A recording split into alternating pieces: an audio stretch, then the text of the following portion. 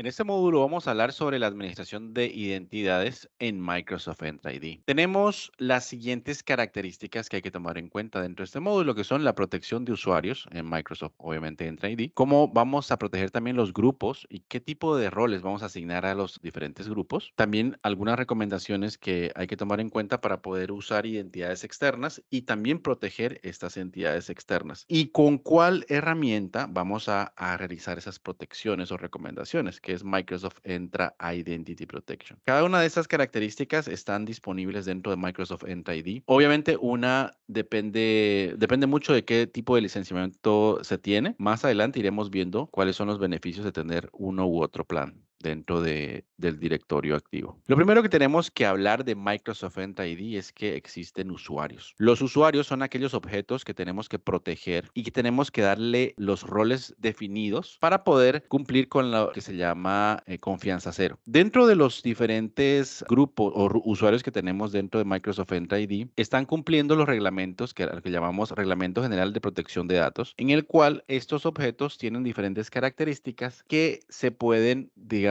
explotar en diferentes escenarios. Como por ejemplo, un usuario nuevo, que es la opción para poder crear un usuario nuevo dentro de la organización, tiene unos privilegios especiales a diferencia de un usuario invitado, que puede ser un usuario, obviamente, invitar un usuario externo. No son iguales y tienen diferentes características. Para poder gestionar o administrar esos usuarios, el rol es de administrador de usuarios o el administrador global. Tomemos en cuenta que cualquiera de estos dos pueden gestionar los diferentes permisos dentro del portal de Azure. Otro punto importante dentro de las características de los usuarios es que podemos utilizar las diferentes opciones al momento de crear. Por ejemplo, si creo como usuario nuevo, esto quiere decir que va a pertenecer a la organización y que los roles que yo pueda asignarles a esos usuarios van a ser obviamente con privilegios un poco más avanzados. Si lo creo como usuario invitado, pues voy a tener que limitar ese acceso y de una u otra forma asignarle un grupo de usuario específico, por ejemplo,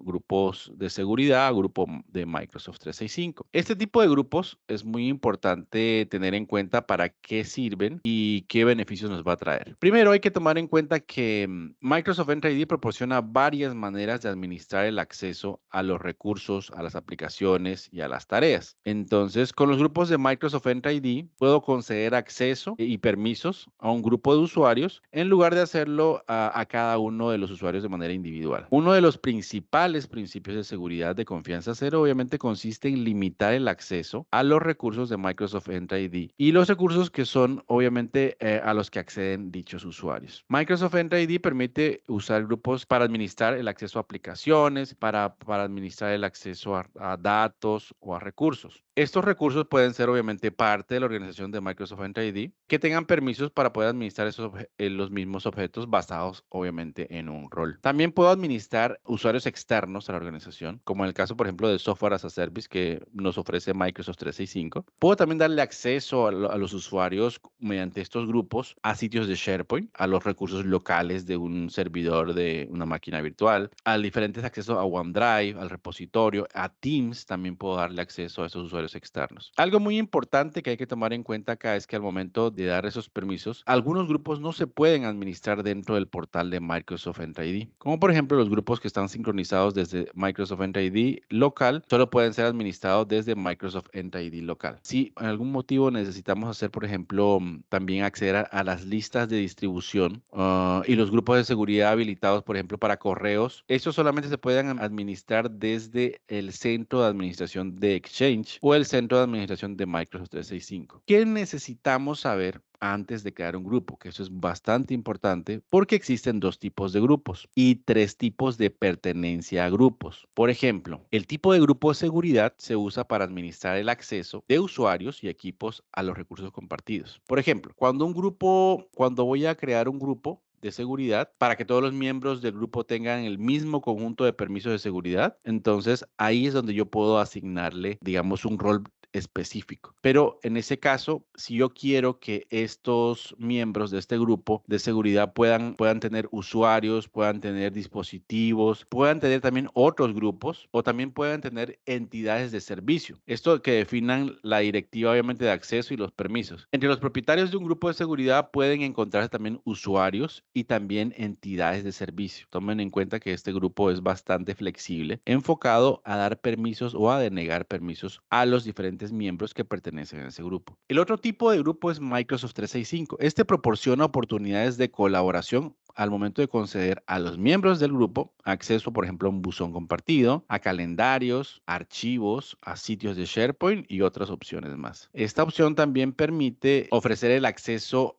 al grupo a personas fuera de la organización. Entre los miembros de un grupo de 365 solo pueden haber usuarios nada más. Todos los usuarios, como las entidades de servicios, pueden ser propietarios de grupos de 365. En este caso, si yo tengo una compañía, un proveedor de servicios que me está dando algún servicio o producto y quiero compartir información con ellos, yo puedo crear un grupo de 365 y puedo agregar los usuarios de su directorio activo de mi proveedor y puedo compartirle permisos. En este caso serían obviamente usuarios invitados en mi tenant a los que yo les voy a poder dar algunos permisos limitados para que puedan participar en el proyecto. Los tipos de pertenencia son aquellos que están definidos de tres formas. El asignado es cuando yo le doy directamente a un usuario un permiso, por ejemplo, tengo un grupo y tiene unos usuarios dentro de ese grupo. Entonces, a ese grupo yo le voy a dar un permiso exclusivo, como por ejemplo van a ser administradores de usuarios. Todos los usuarios que pertenezcan a ese grupo van a ser administradores del tenant de usuarios. La otra opción de tipo de pertenencia es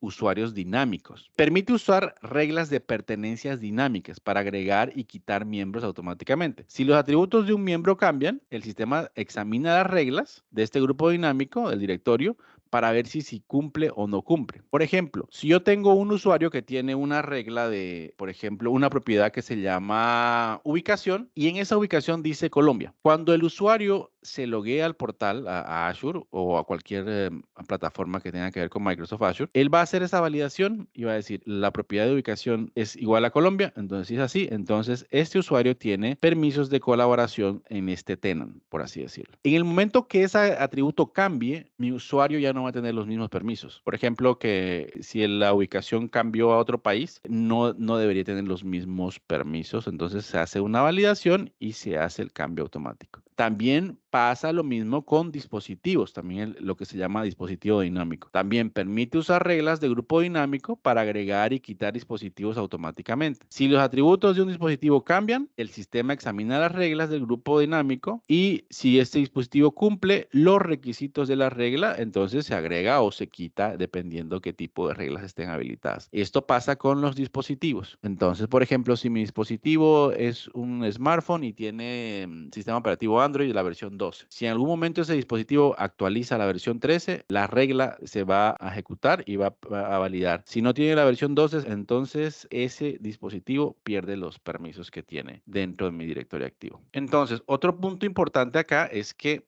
tenemos diferentes opciones para poder personalizar los grupos. Ahora, ¿cuáles son las recomendaciones que hay que tomar en cuenta cuando vamos a trabajar con identidades externas? Por ejemplo, puedo usar identidades externas para interactuar de forma segura con usuarios que estén fuera de la empresa o de la organización. Puedo usarlos para colaborar con asociados, puedo usarlo para colaborar con distribuidores, puedo usarlo para colaborar con proveedores, con minoristas, con diferentes proveedores que tengo dentro de la compañía. Entonces existe lo que se llama el rol, bueno, no es un rol, sino es como B2B, que se le asignaría a un rol. Entonces, Microsoft, ¿qué hace? ¿Qué es lo que recomienda? Recomienda que las organizaciones usen esta regla de privilegios mínimos y para poder asignar privilegios mínimos se utiliza la herramienta que se llama Privilege Identity Management. Y con este voy a darle o conceder esos permisos. Cuando estamos trabajando o estamos utilizando este tipo de rol, usuario B2B, digamos, dentro de la compañía,